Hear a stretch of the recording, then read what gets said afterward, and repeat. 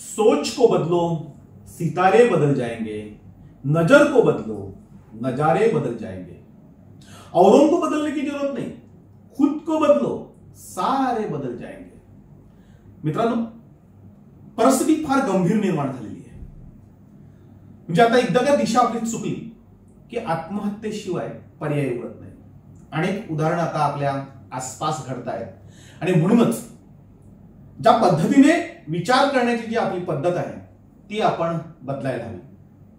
आपण आपलं target fix करायला हवं, आपण टार्गेट ठरवून चालायला हवं, आपला गोल हा निश्चित करायला हवा। नाहीतर जी परिस्थिती आताची निर्माण झाली ती परिस्थिती आपल्याला फार उद्ध्वस्त करून टाकणार आहे। आणि म्हणून आजचा जो विषय आहे तो हाच आहे की आपण आपलं करिअर निवडताना आता काय करायला पाहिजे। जी आताची जी पिढी आहे ती सगळीच्या सगळी निराशेच्या गर्तेत सापडलेली आहे। जे परीक्षा होत नाहीयेत, अगदी रिझल्ट तसेच लागतायत, कामधंदे नाहीयेत, नोकऱ्या गेलेल्या आहेत, जगायचं कसं हा मोठा प्रश्न आहे। आणि नव्याने पास आउट झालेली नोकरी धंद्याच्या शोधात असणारी जी तरुणाई होती, मुलं मुली होत्या, त्यांच्या पदरी आता निराशा आली, कारण आहेत त्यांच्या नोकऱ्या गेलेल्या आहेत। नवीन मिळतील की नाही याची कुठल्याही प्रकारची गॅरंटी राहिलेली नाही। सरकारी नोकऱ्या ह्या संपल्याच जमाय। म्हणजे आम्ही गेल्या 10 वर्षापासून सांगतोय की 10 वर्षानंतर ती परिस्थिती काय असेल ते 2020 ला या सगळ्या नोकऱ्या संपलेल्या असतील असं आम्ही 2010 ला जाहीर केलं होतं। म्हणजे खरं तर आम्ही अशा प्रकारच्या म्हणजे आता जी आपण मालिका बघताय मालक व्हायचं स्वप्न पहा, खरं तर खूप प्रतिसाद मिळतोय। याच्या आधीही ज्या आम्ही मालिका सुरू केल्या, ज्या काही चळवळी उभारल्या, त्याच्यामध्येही अशाच प्रकारचा प्रतिसाद मिळत होता। अगदी बऱ्यापैकी त्यांना यश मिळतं। मात्र जी लोक ऐकतात, ऐकलेलं लक्षात ठेवून त्याच्यावर विश्वास ठेवून चालायला लागतात ती यशस्वी होतात। जे दुर्लक्ष करतात ती बाजूला फेकली जातात। प्रत्येक दशकामध्ये म्हणजे प्रत्येक 10 वर्षानंतर बदल हे अपेक्षित असतात, वेगवेगळे ट्रेंड येतात। आम्ही जेव्हा शब्दमशाल हे वृत्तपत्र सुरू केलं, 1990 ला आम्ही पत्रकार होतो, त्याच्यानंतर 4 वर्ष अनुभव घेऊन आम्ही स्वतःचं एक वृत्तपत्र सुरू केलं शब्दमशाल। आणि ते सुरू केल्यानंतर आम्ही आमच्या भागामध्ये वाडा, जव्हार, मोखाडा, डहाणू, पालघर, तलासरी, वसई, शहापूर, मुरबाड इकडे आम्ही चळवळ अशी दाखवली की आम्ही अधिकारीच होणार। आम्ही एक स्वप्न दाखवलं की आता जो जमाना हा अधिकारी होण्याचा आहे। आपली जी स्वप्न होती ती फार तर ग्रामसेवक, शिक्षक, अगदी शिपाई, क्लर्क इथपर्यंत सीमित होती। ती जरा वाढवूया आपण आणि ज्या पद्धतीने IAS IPS ऑफिसर होतात त्या पद्धतीने आपणही त्याच मार्गावरून चालूया आणि आम्ही अधिकारीच होणार असं एक स्वप्न दाखवलं। बऱ्याच अंशी ते त्या दशकामध्ये पूर्णही झालं। आम्ही शाळा कॉलेजमध्ये जायचो, लेक्चर्स द्यायचो, त्याच्यानंतर काही पुस्तकं अवेलेबल करून द्यायचो, लायब्ररी उघडल्या, वाचनालयांमध्ये मुलांना शिकवलं। आणि ज्या काळामध्ये MPSC UPSC कोणाला माहित नव्हतं त्या काळामध्ये आम्ही प्रत्येकाच्या मनामध्ये ही स्वप्न पेरली। अनेकांनी ती स्वप्न अगदी उघड्या डोळ्याने बघितली आणि ती पूर्णही केली। आत्ताचा जमाना बदललाय। 1994 ते 2000 पर्यंत हा ट्रेंड चालला आणि 2000 नंतर आम्ही सांगितलं की आता सेवा उद्योगांना प्राधान्य येईल। तुम्ही सेवा उद्योगांमध्ये जा, कुठल्याही कामाची लाज बाळगू नका, कुठलाही उद्योग सुरू करा आणि तो उद्योग सुरू केल्यानंतर इतर लोक जसे यशस्वी होतात त्या पद्धतीने यशस्वी व्हायला सुरुवात करा। 2010 मध्ये आम्ही सांगितलं की आता नोकऱ्या संपतील आणि त्याच्यानंतर आपल्याला स्वतःला स्वतःच्या पायावर उभं राहावं लागेल। म्हणजे आधी नोकरी नावाचा जो प्रकार आहे तो शिल्लकच राहणार नाही। तसाही 2005 नंतर सरकारी नोकऱ्या हे फक्त 4% राहिल्या होत्या, 96% खाजगी उद्योगांमध्ये संधी निर्माण झाली होती। ज्यांनी जी संधी घेतली ते यशस्वी झाले। अगदी या लोकांना अगदी अमेरिकेपासून तर इतर देशांमध्येही नोकऱ्या मिळाल्या, कारण खाजगीकरणामध्ये मोठ्या प्रमाणावर संधी उपलब्ध होती हे आधीच सगळ्यांनी सांगितलं होतं। आणि म्हणून तिथे नोकऱ्या कशा मिळवायच्या या दृष्टीने आम्ही प्रयत्न सुरू केले। आता आम्ही या 2020 संपल्यानंतर आम्ही सांगतोय की मालक व्हा। आता स्वतःच्या पायावर जर आपल्याला उभं राहायचं असेल तर मालक होण्याशिवाय पर्याय नाही, कारण नोकऱ्या मिळणारच नाहीये. आता नोकऱ्या मिळणार नाहीये तर आपल्याला स्वतःला मालक होऊन त्या नोकऱ्या निर्माण कराव्या लागतील. आणि मालक होणं ही एकदम सोपी गोष्ट आहे. पुढचा जो 10 वर्षांचा ट्रेंड असेल म्हणजे 2030 नंतरचा, तो शेती व्यवसायाचा असेल आणि तो आत्तापासूनच सुरू केला पाहिजे. या शेती व्यवसायामध्ये प्रचंड संधी आता उपलब्ध झालेल्या आहेत. आणि म्हणून आम्ही सांगायला सुरुवात केली की मालक व्हायचं जर तुम्हाला असेल तर तुम्ही काय करायला पाहिजे हे आम्ही प्रात्यक्षिकासह दाखवून द्यायला सुरुवात केली. आज अनेक लोक येत आहेत, बघतायत आम्ही नेमकं काय केलंय, काय उभारलंय, आम्ही काय सांगतोय, आणि त्या दृष्टीनं लोकांनी प्रयत्न सुरू केले. मग आता तत्पूर्वीच ही सगळी चळवळ उभारताना एक धक्कद आणि अगदीच दुःखद अशी एक बातमी आली. ती म्हणजे स्वप्नील लोणकर नावाचा जो तरुण आहे, 24 वर्षाचा तरुण आहे, स्वप्नील सुनील लोणकर, वय वर्ष 24, गंगानगर, हडपसर, यांनी आत्महत्या केली. प्रचंड महाराष्ट्रात खळबळ सुरू आहे. विरोधी पक्षांनी हा विषय उचलून धरलेला आहे. आता आत्महत्येचं कारण तुम्ही बघा. वयाच्या 24व्या वर्षाच्या मुलाने आत्महत्या केली. तो म्हणतोय की 2019च्या एमपीएससीच्या पूर्व आणि मुख्य परीक्षेत मी उत्तीर्ण झालो होतो. त्याच्यानंतर गेले 1.5 वर्ष माझी मुलाखत झालेली नव्हती. पुन्हा 2020 मध्ये परीक्षा दिली. पूर्व परीक्षेत तो पुन्हा उत्तीर्ण झाला. मात्र कोरोनाच्या संसर्गामुळे मुख्य परीक्षा झाली नाही आणि या तणावातून मी आत्महत्या करत आहे.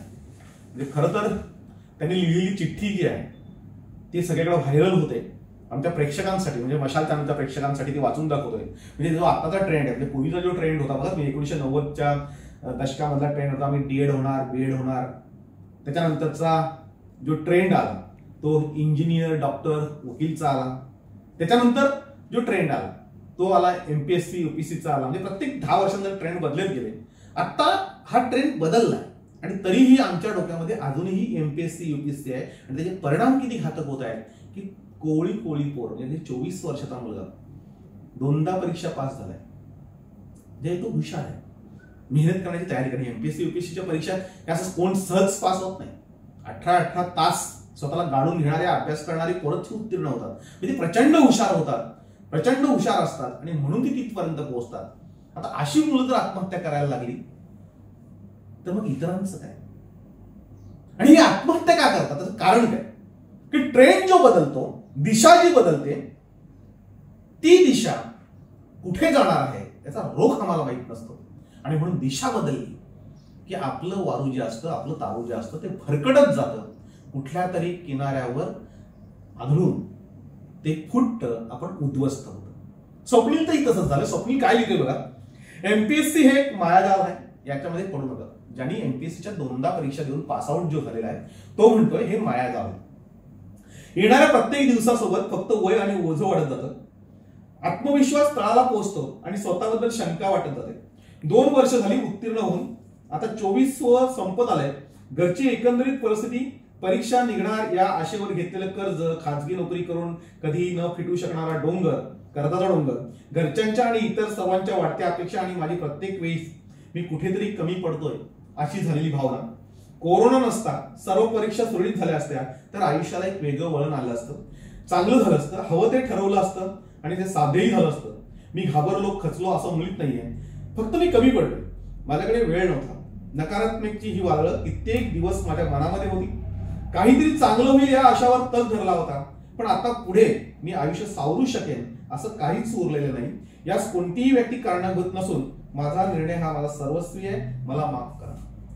स्वप्नील लोणकर यांनी लिहिलेलं पत्र, त्यांनी लिहिलेली ती चिठ्ठी आज सगळीकडे व्हायरल होते. 24 वर्षाचा मुलगा म्हणतोय आता माझं सगळं संपलंय. मी आता जास्त काळ तग धरू शकत नाही. ही पिढी आता निराश का होते, निराशाच्या गर्तेत का सापडते? त्याचं कारण असं, आपण स्वप्न खूप मोठी बघतो. आपल्या मनामध्ये जे पेरलं जातंय, जे रुजवलं जातंय ते एवढं मोठं असतं की त्याची जबाबदारी आम्ही पेरू शकत नाही. आणि म्हणून आम्ही अगदी सुरुवातीपासून म्हणजे आमच्या सगळ्या भाषणांचा, लिखाणाचा रोख असा होता. एक मंत्र आम्ही सगळ्यांना दिला होता, जो मंत्र आमचं आयुष्य आमचं बदलून टाकलंय. Dream it, believe it, do it. स्वप्न बघा, त्याच्यावर विश्वास ठेवा आणि ती साध्य करा.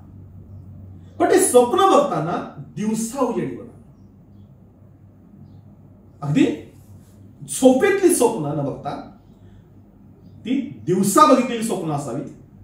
ती स्वप्न आपण पूर्ण करू शकतो किंवा इतरांनी ती पूर्ण केलेली आहेत की इतरांना जमलेलं नाही ते आपण करू शकतो, हा विश्वास आपण निर्माण करा आणि त्या दृष्टीने चालायला सुरुवात करा. आणि ते जर नसेल होत तर आपल्याकडे बी प्लॅन पाहिजे. म्हणजे मी तेव्हाही सांगतो की एमपीएससी युपीएससी परीक्षा हा बी प्लॅन पाहिजे, तो ए प्लॅन नको. कारण एमपीएससीचं वास्तव काय म्हणजे बऱ्याच लोकांना अजून माहिती नाहीये. एमपीएससी युपीएससी जे स्वप्न दाखवतात ती स्वप्न दाखवणारे हे जे सगळे क्लासेसवाले आहेत हे करोडपती झाले. म्हणजे त्याला एमपीएससी युपीएससी व्हायचं आहे, अधिकारी व्हायचंय, तो पहिल्यांदा पुण्यामध्ये किंवा इतर मोठ्या शहरांमध्ये जातोय, तिथले असलेले महागडे क्लासेस जॉईन करतोय. पहिले सांगितलं होतं की ग्रॅज्युएशन नंतर तुम्ही 1-2 वर्षामध्ये पास आउट होता, तुम्ही डायरेक्ट अधिकारी बनता वयाच्या 21व्या अनेकांनी ते साध्यही केले. पण तो काळ आता बदललाय.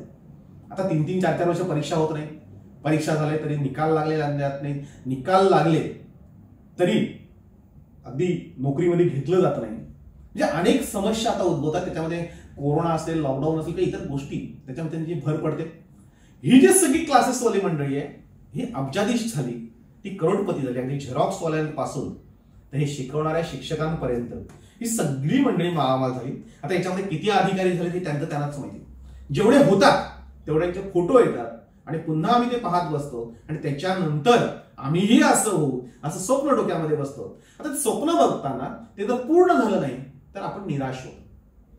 ही जर निराशा झटकून टाकायची असेल तर आम्ही सुरुवातीलाच सांगितलं होतं की हा तुमच्याकडे बी प्लॅन ठेवा. तुम्ही ग्रॅज्युएशन केल्यानंतर आई वडिलांची जी स्वप्न असतात ती पूर्ण करण्यासाठी कुठलाही एक उद्योग असा किंवा कुठलीही एक खाजगी नोकरी किंवा सरकारी नोकरी पत्करा आणि त्याच्यानंतर तुम्ही या परीक्षा देण्याचं स्वप्न पहा. नाहीतर काय होतं बघा, म्हणजे माझ्याकडे आकडेवारी आहे. जो मागची परीक्षा झाली, आता 2-3 वर्ष परीक्षा झाली नाही, पण जी परीक्षा झाली त्या परीक्षेचा जो निकाल लागला होता त्याची आकडेवारी आहे 0.0011%. म्हणजे 1% ही लोक पास झाली नव्हती. एकूण विद्यार्थी बसले होते 3,60,990 एवढ्या विद्यार्थ्यांनी परीक्षा दिली होती आणि त्यापैकी 421 विद्यार्थी हे अंतिम परीक्षा यादीमध्ये झळकलेले होते. आता या एमपीएससी युपीएससी ज्या परीक्षा आहेत त्यांच्यामध्ये 99.99% लोक जर फेल होत असतील आणि त्यांना पुन्हा एकदा तुम्ही पुन्हा बसा म्हणजे 1-2 वर्षांचे स्वप्न असतं ते थेट 7-8 वर्षांपर्यंत पोहोचतं. आणि 7-8 वर्ष निघून गेल्यानंतरही म्हणजे आयुष्यातला चांगला काळ निघून गेल्यानंतर आपण जेव्हा निराश होतो ती निराशा खूप मोठी असते. आणि म्हणून पहिल्यांदा एमपीएससी युपीएससीचं वास्तव समजून घेतलं पाहिजे की कुठलंही स्वप्न बघताना ते वास्तवात उतरेल का, की वास्तवात उतरवण्यासाठी ज्या काही गोष्टी करायच्या असतात, ज्या गोष्टी होणार असतात त्या होतील का, आपल्याला जमतील का, तशी परिस्थिती निर्माण होईल का. कारण आपण ह्या सगळ्या दुसऱ्यांच्या जीवावर अवलंबून असतो, या सरकारच्या जीवावर आपल्याला अवलंबून. या परीक्षा होतील कधी, निकाल लागेल कधी आणि आपल्याला घेतील कधी. आणि पास झालो तरी जर आपल्याला घेतलं जात नसेल तर नेमके आपण कुठे आहोत. आणि म्हणून एमपीएससी परीक्षा देणारे अनेक लोक आता नैराश्याच्या गर्तेत आहेत. कारण पैसा खर्च झालेला असतो, महागड्या फी भरलेल्या असतात, आई वडिलांची स्वप्न लागलेली असतात. आता अनेकांनी ती स्वप्न पूर्ण केले.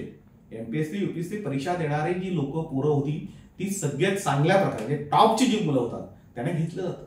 आपण त्या टॉप पर्यंत पोहोचू शकू का, वेळेत परीक्षा होतील का, हे सगळ्यांनी गांभीर्याने विचार करा. शेतकऱ्यांच्या मुलांनी तर हा विचार पहिल्यांदा करायला पाहिजे. म्हणजे वर्षानुवर्ष एमपीएससीच्या जागा निघत नाहीत, निघाल्या तर लाखोंच्या संख्येने अर्ज येतात आणि त्याच्यापैकी 500 ते 1000 लोक ही लागतात. म्हणजे देशभरामधून एवढी मुलं परीक्षेला बसल्यानंतर त्याच्यामध्ये जर 500 ते 1000च्या वर कोणी लागत नसतील तर बाकीच्यांनी नेमकं करायचं काय. आणि म्हणून आमचं सांगणं होतं की सगळ्या विद्यार्थ्यांना म्हणजे स्वप्नीलचं जे काही झालंय ते भयानक आहे, ते भयावह असं आहे. म्हणजे आई वडिलांची स्वप्न तर मातीमोल झालीच. त्यांनी जे काही बघितलं होतं आपला मुलगा ऑफिसर होईल, त्याच्यानंतर आपली परिस्थिती सुधारेल. जे आपल्या सर्वांना ते दाखवलं जातं की IAS ऑफिसर, IPS ऑफिसर, लाल देवाची गाडी, बंगला, नोकर चाकर आणि मग सगळे नातेवाईक सुखी होतील, संपन्न होतील. या सगळ्या ज्या गोष्टी होत्या ह्या सगळ्या आता मागे पडलेल्या आहेत. आणि म्हणून आपला ए प्लॅन आधी आपल्या हातामध्ये पाहिजे. आपण ग्रॅज्युएशन पूर्ण केल्यानंतर एमपीएससी युपीएससी डोक्यात ठेवायला हरकत नाही, पण त्याच्या आधी आपण स्वतःच्या पायावर उभं राहिलं पाहिजे. तर आपण स्वतःच्या पायावर जर उभं राहिलो नसू आणि जर हे खेळ खेळत असो आई वडिलांच्या जीवावर, तर सगळं अनेक असे विद्यार्थी आम्ही बघितले. कारण 94 ते 2000 पर्यंत आम्ही जेव्हा हे सगळं सांगत होतो, हे सगळं बघत होतो, अनेक शाळा कॉलेजांना भेटी देऊन किंवा एमपीएससी क्लासेसना भेटी देऊन सांगत होतो, तेव्हा अनेकांची स्वप्न ही टांगणीला लागली होती. म्हणजे कोणी जमिनी विकल्या होत्या, कोणी घरदार विकलं होतं. आपण सगळे हे एका दिवसात कमवू असं जे सांगितलं होतं, जी स्वप्न दाखवली होती, ती त्यावेळेस साध्य होत होती. आता ती स्वप्न पूर्ण होत नाहीत आणि म्हणून मोठ्या प्रमाणावर आत्महत्यांचं लोण पसरलेलं आहे. पोरं उद्ध्वस्त होत आहेत. आणि म्हणून आम्ही ही जी चळवळ चालवली आहे की मालक व्हायचं स्वप्न बघा. तुम्हाला आता स्वतःच्या पायावर उभं राहावं लागेल. कुणावरही अवलंबून न राहता आपण जर स्वतःच्या पायावर जर उभं राहणार असू, काहीतरी हातपाय हलून काम करणार असू, तर आपण पुढे जाऊ शकतो, यशस्वी होऊ शकतो. नाहीतर आपली जी परिस्थिती आहे ती अत्यंत गंभीर होणार आहे. म्हणजे आता ज्या पद्धतीने तरुणाई भडकटले, म्हणजे रोज होणारे मर्डर्स, रोज होणाऱ्या गुंडगिऱ्या, रोज होणाऱ्या घेतल्या जाणाऱ्या सुपाऱ्या, चोऱ्या माऱ्या, हे सगळं जर बघितलं तर याच्यामध्ये सगळीच्या सगळी सुशिक्षित मंडळी आहे, सगळी शिकलेली मुलं आहेत. ती निराश झालेत, हताश झालेत आणि म्हणून काही पर्याय नाही. मग आता करणार काय? चोऱ्या माऱ्यांशिवाय पर्याय राहिला नाही असं त्यांना वाटतं. आम्ही त्याच वेळेस म्हणजे 2001लाच आम्ही सांगितलं होतं की सेवा उद्योगांमध्ये जा. सेवा उद्योगांना प्राधान्य येणार आहे आणि ते आज खऱ्या अर्थाने कोरोनाच्या काळामध्ये, लॉकडाऊन मध्येही सेवा उद्योगांना प्राधान्य आलंय. सेवा उद्योग म्हणजे कोणते उद्योग? आता जे सगळं घरपोच चाललंय, घरपोच देणं आहे. अगदी माझ्याकडे म्हणजे सकाळी आमच्याकडे एक मालिशवाला आहे, तो कमलाकर. आम्ही वाड्यामध्ये राहतोय, वाडा तालुका, पालघर जिल्ह्यामध्ये. त्या वाडा शहरामध्ये एक साधा माणूस आहे, कमलाकर काका मी त्यांना बोलतो. ते सकाळी आमच्याकडे जेव्हा येतात, आठवड्यातून 2दा येतात. माझा मुलगा आणि मी, आम्ही दोघांची ते मालिश करतात आणि जातात. आम्ही त्यांना एक सहज विचारलं की दिवसामधून किती मालिश करतात? ते सांगितले 10-15 होतात. सकाळी 6ला सुरू होतं तर 10 वाजेपर्यंत लोक त्यांच्याकडनं मालिश करून घेतात. संध्याकाळी पुन्हा 4ला सुरू होतं ते रात्री अगदी 10 वाजेपर्यंत ते असतात. त्याच्यामध्ये एक 8-10 मालिश करतात एका माणसाकडनं. म्हणजे आमच्याकडून ते 300 रुपये घेतात. 10 मालिश केल्या तर 3000 रुपये हे दिवसाला ते कमवतात. आमच्याकडे अनेक गोष्टी आहेत. म्हणजे आता मी ज्या उद्योग व्यवसायांमध्ये आहे, की जे उद्योग व्यवसाय चॅनलवर सांगितले त्याच्यामध्ये आमच्यापेक्षा जास्त पैसे हे आमच्याकडून माल घेणारे कमवतात. म्हणजे आमच्याकडनं आम्ही जे अंडी विकतो ती अंडी घेऊन दुसऱ्या बाजारात जाऊन किंवा दुसऱ्या शहरामध्ये जाऊन विकणारे आमच्यापेक्षा जास्त पैसे कमवतात. आमच्याकडून भाजीपाला घेऊन तो मार्केटमध्ये नेऊन विकणारे हे आम्हाला ज्या किमतीमध्ये भाजीपाला ते पैसे देतात त्याच्यापेक्षा जास्त ते पैसे कमवतात. म्हणजे मधली जी लोक आहेत, जो सेवा उद्योगामध्ये आम्ही सांगतोय की कुठलाही व्यवसाय करणारे लोक आहेत, की तुम्हाला जर व्यवसाय करता येत नसेल, व्यवसाय करू शकणार नसाल, तर जे व्यवसाय करतात त्यांचा माल विकायला शिका. म्हणजे आता युपी बिहारमधून जी लोक आहेत ते काय करतात? शेतकऱ्यांकडून माल घेतात, मार्केटमध्ये नेऊन विकतात. अगदी ते कुठलाही माल विकायला कधीही लाचत नाही. म्हणजे कुठलाही तुम्ही नाक्यावर होता तुमच्या शहरामधल्या, फळवळा कोण असणार आहे? बघा तुम्ही, बाहेरची लोक असणार. भाजीपाला बाहेरचा लोक, हातगाडीवर जे वस्तू विकल्या जातात ती सगळी बाहेरची लोक. आम्हाला लाच वाटते, आम्हाला ह्या सगळ्या गोष्टी करायला भीती वाटते आणि त्याच्यामुळे आम्ही मागे पडतोय. म्हणजे आमच्याकडे ते सप्लायर्स आहेत ते त्याच्यापेक्षा जास्त कमावतात. म्हणजे माझा बिल्डिंगचा व्यवसाय, म्हणजे खरं तर सगळ्यांना सांगतोय की प्रमुख एक बिझनेस ठेवावा आणि छोटे मोठे बिझनेस आजूबाजूला असावेत. पण एक बिझनेस जर बुडला तर आपण डायरेक्ट बुडतो, असे अनेक बुडणारे लोक आहेत. आणि म्हणून 2-4 बिझनेस असे आपले पाहिजेत, 2-4 उद्योग छोटे मोठे असे पाहिजे त्याच्यातून रोज आपल्या घरामध्ये 500 ते 1000 रुपये आले पाहिजेत. आपलं रुटीन चाललं पाहिजे.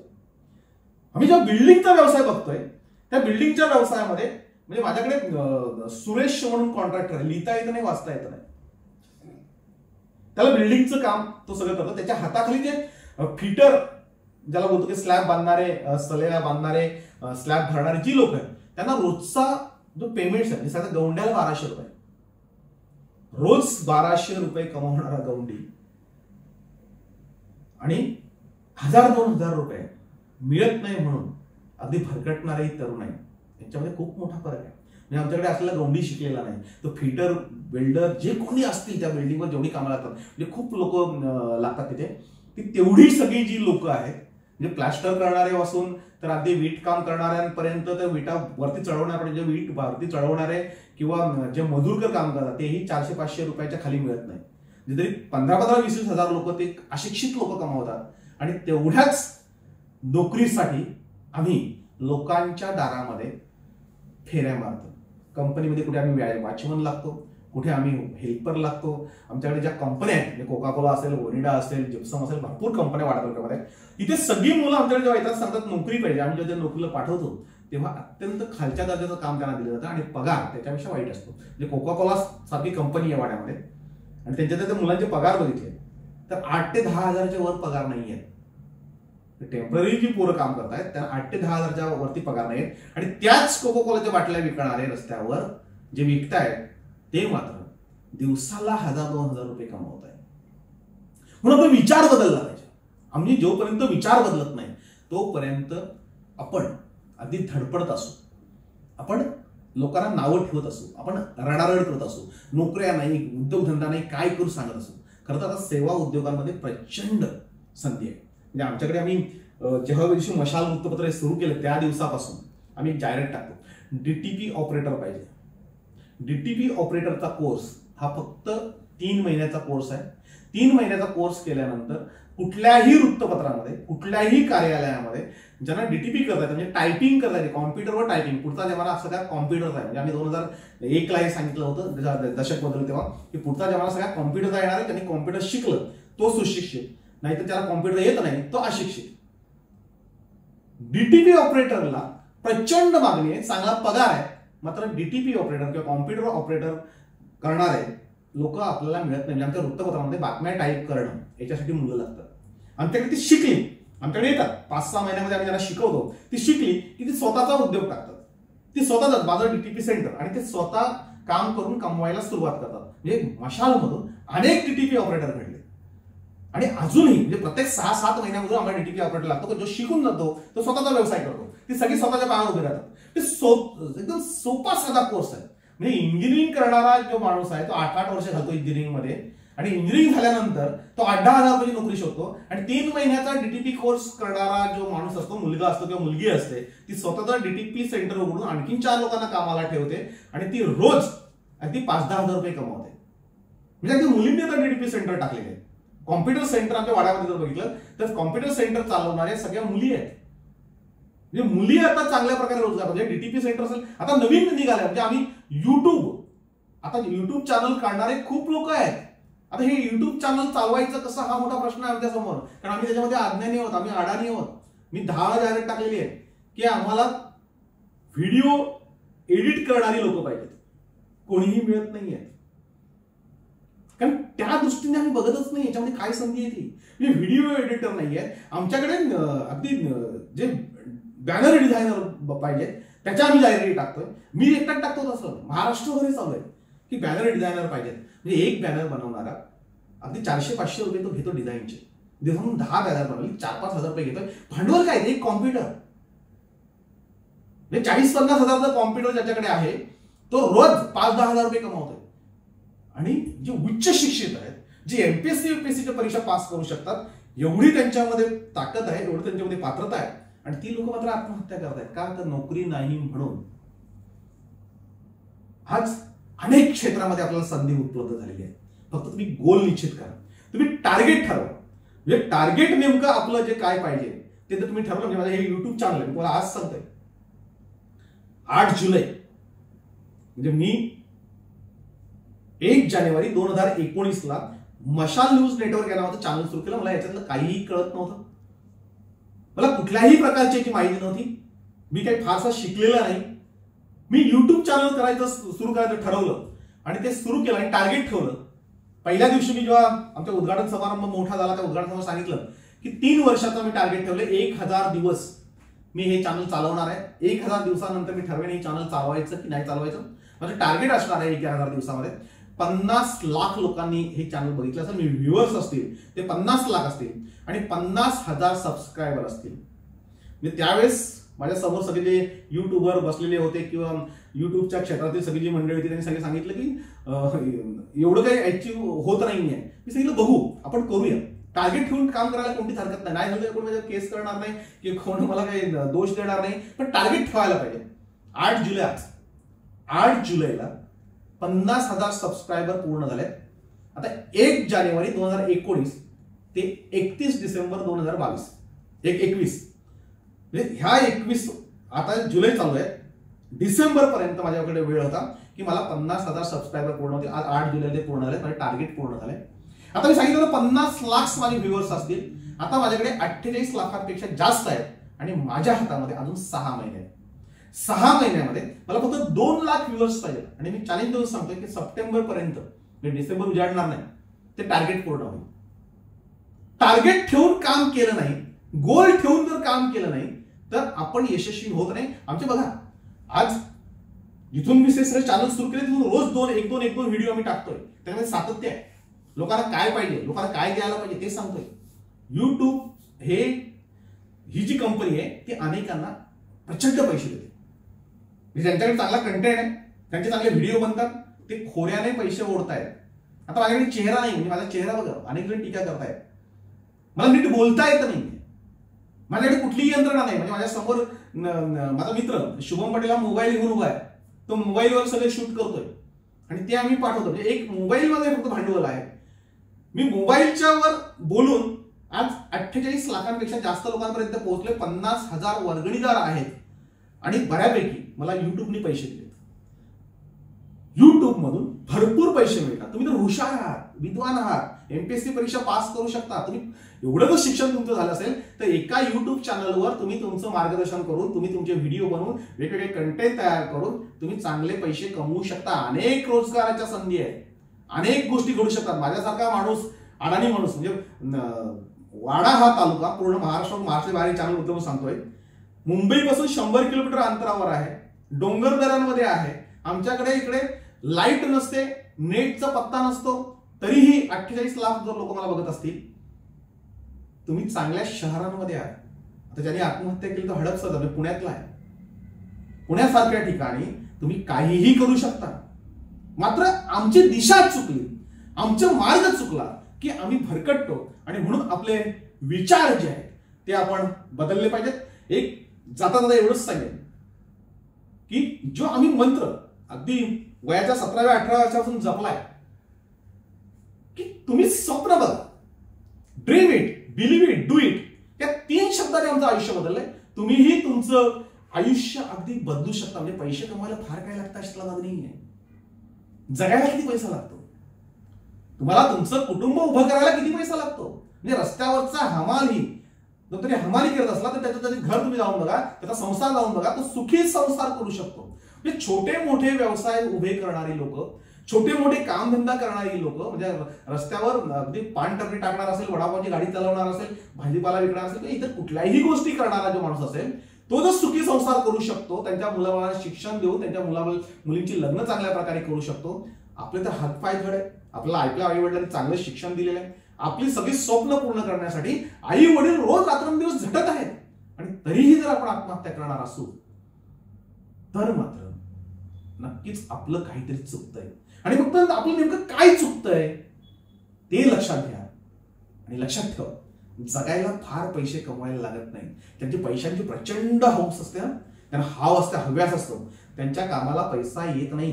आत्ताचीच बातमी आहे, पुण्यामधला अविनाश भोसले नावाचा जो बिल्डर आहे, ठेकेदार आहे, 42,000 कोटींची संपत्ती ईडीने जप्त केलेली आहे.